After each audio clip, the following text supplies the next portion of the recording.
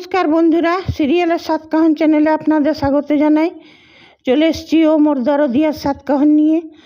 দেখা গেল বিদ্যুৎ তো এসে গেল। মৌলি ওকে ছাড়িয়েছিল জামিনে, সেটা তো আর মৌলি কাউকে বলবে না। তবে মৌলিও বুঝতে পারছে যে খুব খারাপ কাজ করে নিয়েছে, নিজের পায়ে নিজেই কুড়ুল মেরেছে। নিয়ে তারপরে ওকে বলল যে আমি তোর বাবা। তখন তানিয়া বলতে লাগলো যে মা তুমি বলো না সত্যি কি ও আমার বাবা? তখন বলছে হ্যাঁ মাম্মা, উনি তোমার বাবা, কিন্তু বাবার কোনো দায়িত্ব কর্তব্য করেনি। তখন বলছে না আমি ওকে বাবা মানি না, বন্ধুই আমার বাবা। এই বলতে বলতে আর সবাই বিদ্যুৎকে বলছে তুমি বেরিয়ে যাও বেরিয়ে যাও। বিদ্যুৎ আর শুনছে না কথা।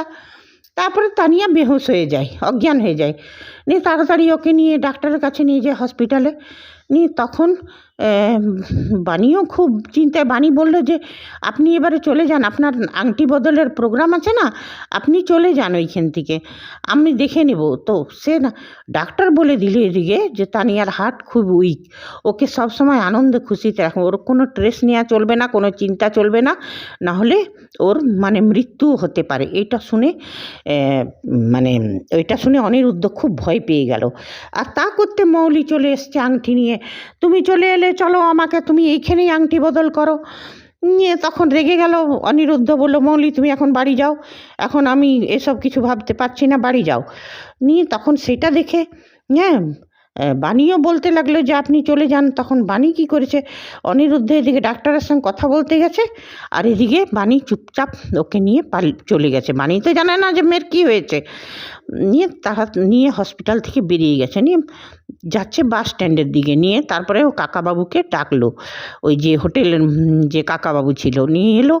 নিয়ে কাকাবাবুকে বললো যে কাকাবাবু আপনি একটু তানিয়াকে দেখুন, আমি একটু বাসের টিকিট কেটে আসছি, আমরা গ্রামে ফিরে যাব। বলছে মা এমনি করলে ঠিক করলে না তুমি, এটা তো গ্রামে ফিরে যেয়ে কী করবে তুমি? বলছে কি উপায় ছিল না, সেই জন্যই আপনাকে ডাকলাম। তখন কাকাবাবু বললো ঠিক আছে। বাসের টিকিট কাটতে গেছে, এদিকে কাকাবাবু বললো যে তানিয়া বললো যে জল খাবো। তো বললো দাঁড়াও দিদিভাই আমি জল নিয়ে আসছি। দোকানে জল নিতে গেছে, আর তানিয়া এখন বেরিয়ে গেছে। তানিয়া এখন বন্ধু বন্ধু বন্ধু আমাদের কোথায়। আর অনিরুদ্ধও গাড়ি নিয়ে খুঁজতে বেরিয়েছে ওদেরকে। তারপরে একটা গলিতে ঢুকে গেছে অনিরুদ্ধ গাড়ি নিয়ে। বলছে কোন গলিতে এসে গেলাম, তা করতে দেখা যাচ্ছে তানিয়া। তানিয়া সেখানে একটা মায়ের মন্দির ছিল, মা কালীর। তাড়াতাড়ি তানিয়াকে দেখতে পেলো, ধরলো। বলছে তুমি এখানে কী করছো প্রিন্সেস? তো বলছে যে তা করতে বাণী আর ওই কাকাবাবুটাও আসে মন্দিরে। বলছে বন্ধু তুমি আমার বাবা হবে, বন্ধু তুমি আমার বাবা হবে, তুমি যদি আমার বাবা হও তো তোমার থেকে আমাকে দূরে কেউ নিয়ে যেতে পারবে না। আর এদিকে তানিয়া কিন্তু খুব জিদ করছিল ওর মাকে যে আমাকে বন্ধুর থেকে দূরে নিয়ে যেও না। ওর মা শুনছিলই না। তখন বলল যে শুনুন বাণীও চলে এসছে ওইখানে, কাকাবাবুও বলছে ওকে নিয়ে যাবেন না কোথাও। তখন বাণী বলছে যে না, ও আপনি কি অধিকার আমাদেরকে থাকতে বলছেন বলুন তো? লোকে জবাব দিলে কি বলবেন আপনি? বলছে আমি তানিয়ার বাবা। বলছে সে বললে তো হয় না, সেটা তো আপনি ভাবেন কোন অধিকারে। তখন ওইখান থেকে সিঁদুর নিয়ে মায়ের মন্দির থেকে সিঁদুর নিয়ে এক খামচা পরিয়ে দিল বাণীর মাথায়। বলছে এই অধিকারে আজ থেকে আপনি আমার মেয়ের মা, আর আমি মেয়ের বাবা, আর সেই অধিকারে। তারপরে বাণী তো ওইটা খুব রেগে গেল। আর বাণী মায়ের কাছে বলতে লাগলো, মা কালীর কাছে, যে মা যে আমার বাবার খুনি, তার হাত দিয়ে আমাকে সিঁদুর পরালে। মায়ের ফুল পড়ে গেল বাণীর হাতে। কাকাবাবু বলছে দেখ ভালোই হলো, তোর ফাঁকা স্মৃতি মায়ের ইচ্ছাতেই বললো, তুই অমনি করিস না। তারপরে বললো আমি কোন মুখে যাব ওই বাড়ি, বলুন তা আপনি কি করলেন? তারপরে যখন বাণী ওই বাড়িতে গেল, আর এদিকে অনিরুদ্ধর বাড়িতে সবাই খুব চেঁচামেচি চিৎকার, যে কোথায় গেল অনিরুদ্ধ, খুঁজো গেল কোথায়, সবাই চিন্তাতে আছে। এদিকে প্রেসের লোকরাও রেডি। অনিরুদ্ধর মামিকে বলছে বলো তো ওই মেয়েটার সঙ্গে পালালো নাকি? অনি বলছে লজ্জা লাগে না? ওর মামি বলল আপনারা গান্ডে পিণ্ডে এখানে গিলে নিলেন, আর এখন ওই বাড়ির নামে বদনাম করছেন। কিচ্ছু বলবো না আমি, কোনো নিশ্চয়ই কোনো কারণ আছে, কোনো পরিস্থিতিতে পড়েছে, সেই জন্যেই। নিয়ে এইসব প্রেস রিপোর্টাররা তো নিজেদের খবর বানাবেই। নিয়ে তারপরে অনেক চিন্তার পর দেখা গেল অনিরুদ্ধ এলো। তখন বলছে, মৌলি বলছে যে আর কিছু বলো না ওকে, দেখো ফিরে তো এসেছে ও, তুমি চলো আংটিটা তুমি আমাকে পরিয়ে দাও। তখন ও আংটিটা পরাতে গেল, বললো আমাকে তুমি পরিয়ে দাও আংটিটা। তখন অনিরুদ্ধ ওকে সরিয়ে দিল। তারপর বাণী করে ডাকলো, বাণী এলো, তো এক মাথা সিঁদুর আর সাথে ওই নিয়ে বলছে এটা কি, নিয়ে সবাই তো এটা দেখে তেলে বেগুনে জ্বলে গেল। তখন সবাই জিজ্ঞেস করতে লাগলো, তখন ওই তানিয়া বলল যে জানো দিদি ভাই, আজ থেকে না বন্ধু আমার বাবা, আর আমি বন্ধুকে বন্ধু বলে ডাকবো না, এবারে আমার বাবা বলে ডাকবো। হ্যাঁ, তখন ওই মলির যে ঠাকুমা গ্র্যান্ড মামি ওইটাই খুব রেগে গেল, বলছে যে না একদম না, মানে তানিয়ার উপর যাচ্ছে তাইভাবে বলতে লাগলো, বাণীকে বলতে লাগলো, অনিরুদ্ধকে বলতে লাগলো।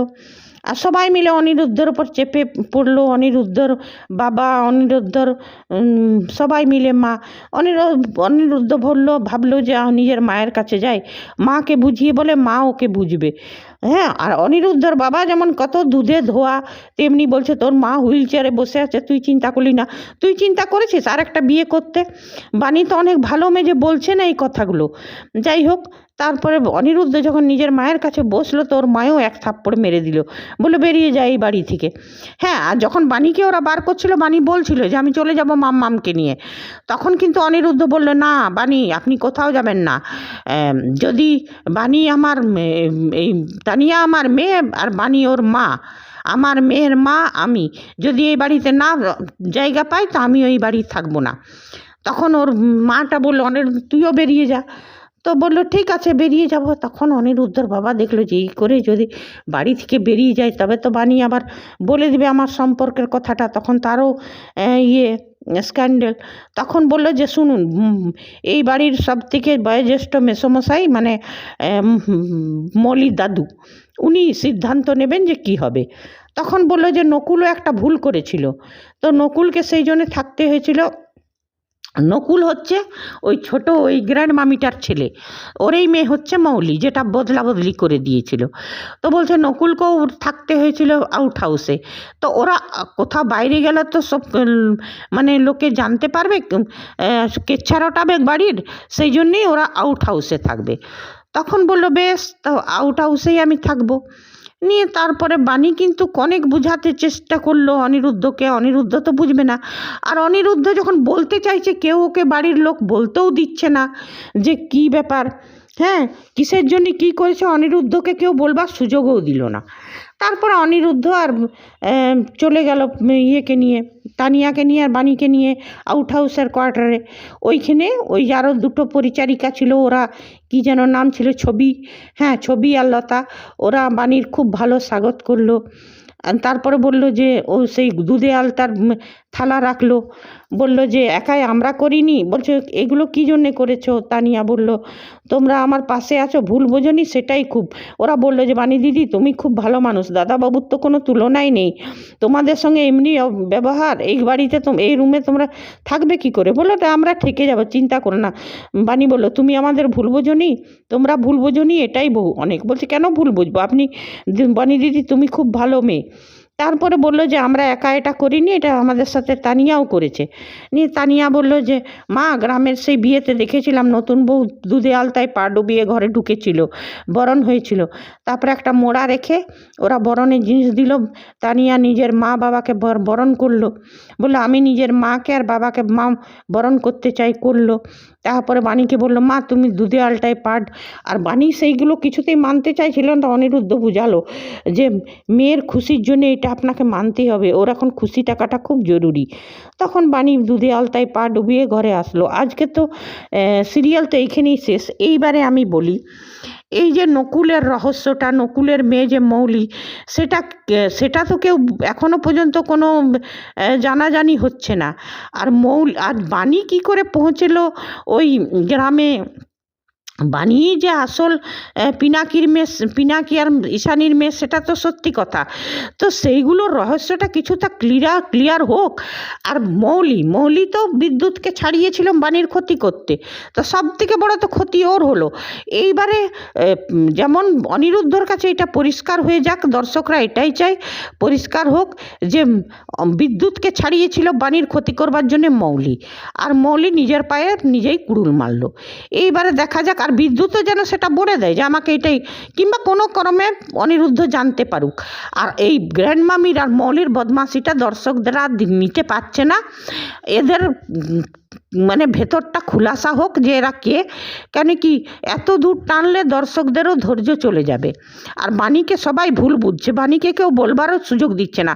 বাণী তো বিয়েটা চায়নি, আর বাণীই বা খুলসা করে কেন বলে দিচ্ছে না যে আমি কেন অনিরুদ্ধকে বিয়ে করতে চানবো, আমি চাইবো। বাণী অনিরুদ্ধ আমার বাবার খুনি, বাণী তো সেটাই বিশ্বাস করে যে ওর বাবার খুনে হত্যার জন্য, ওর বাবার মৃত্যুর জন্য দায়ী অনিরুদ্ধ। তো সেই জন্য বাণী অনিরুদ্ধকে পছন্দ একদম করে না, এটাই মানে। তো সেটাই বাণী ক্লিয়ার করে বলে দেখ। তবে হ্যাঁ, কিছুটা তো ঠিক আছে, বাণীর রহস্যটা না উঠুক, কিন্তু মৌলি যে নকুলের মেয়ে আর এই গ্র্যান্ডমামির বদমাশিটা একটু পর্দাফাঁস হওয়া দরকার। কেন কি সবসময় সিরিয়ালের নায়িকাদের এত হেনস্থা দেখতে ভালো লাগে না। হ্যাঁ, সে যাই হোক। আর কমসে কম অনিরুদ্ধরও এই কথাটা কাউকে বলে দেওয়া উচিত যে কিসের জন্য এই ডিসিশনটা নিয়েছে। অনিরুদ্ধ নিজের মাকে, চাহে যে সংবেদনশীল ঈশানীকে বলে দেওয়া উচিত ছিল যে এমনি ব্যাপার, সেই জন্যে অনিরুদ্ধও নিজের মনে রেখে, আর বাণীকেও বলে দেওয়া উচিত। কেন কি বাণী ওর মা, বাণীকে না বললেও কী করে জানবে? বাণী তো কোথায় রিয়াক্ট করবে, আর কোনো কিছুতে বাণী এটা তো বুঝতে পারবে না যে ওর মেয়ের ক্ষতি হচ্ছে। কেন কি বাণী সেটা না জেনেই তো নিয়ে চলে যাচ্ছিল গ্রামে, আর বলছিল গ্রাম থেকেই নিয়ে এসে সে ডাক্তারের চিকিৎসা করাবে। তো বাণীকেও এটা অনিরুদ্ধর খুলে বলা উচিত, কিংবা বাণীর কাছে এটা যেমন পরিষ্কার হয়ে যায় যে এমনি ব্যাপার, আর ঈশানীর কাছেও এটা পরিষ্কার হয়ে যাক। কেন কি সবসময় সিরিয়াল নায়িকাদেরকে ভুল বুঝে ওদের হেনস্থা দেখতে ভালো লাগে না। আর হ্যাঁ, দর্শকরা চাই মৌলি আর ওর গ্র্যান্ডমামির বদমাশি পর্দা ফাঁস হোক, বিদ্যুৎকে কে ছাড়িয়েছে সেটারও পর্দা ফাঁস হোক, আর বাণীর সঙ্গে যত কিছু অঘটন হয়েছে তার পেছনে যে মৌলি আর ওর গ্র্যান্ডমামির হাত, সেটাও খুলাসা হোক। ঠিক আছে বন্ধুরা, আজ এতটাই। আবার চলে আসবো ভোলে বাবার আবার চলে আসবো ও মোর দরদিয়া সাতকাহন নিয়ে। আর বন্ধুরা, আপনারা যদি আমার এই সিরিয়ালের ভিডিওটা দেখতে চান, তো আমার একটা এই সাতকাহন নামে পেজ আছে, ওইখানেও আপনারা পেয়ে যাবেন আমার ভিডিওগুলো সিরিয়ালের। ঠিক আছে, আপনারা যদি আমার সাথে সহমত থাকেন কমেন্ট করবেন, না থাকেন তাও করবেন, লাইক করবেন,